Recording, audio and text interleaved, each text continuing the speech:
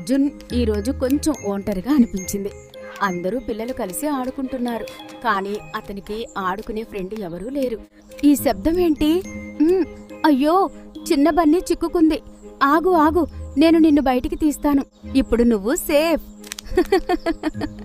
ఎంత క్యూట్గా ఉన్నావు. మనం ఫ్రెండ్స్ అవ్వాలా? ఆ క్షణం నుంచి అర్జున్ ఇక ఒంటరిగా లేడు. బడ్డీతో కలిసి రోజంతా ఆడుతూ నవ్వుతూ గడిపాడు. పంచుకుంటే ఫ్రెండ్షిప్ ఇంకా మధురంగా మారుతుంది. అర్జున్ తన స్నాక్స్ని బడ్డీతో షేర్ చేశాడు. అయ్యో, బడ్డీ ఎక్కడికి పరిగెడుతోంది?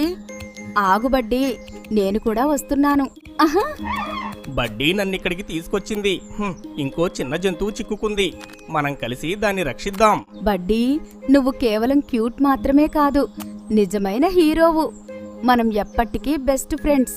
ఇప్పుడేం తెలుసా? మంచితనం ఉంటే మన జీవితంలో మంచి ఫ్రెండ్స్ వస్తారు. ఇతరులకు సహాయం చేస్తే నిజమైన స్నేహం, ఆనందం మన జీవితంలోకి వస్తాయి.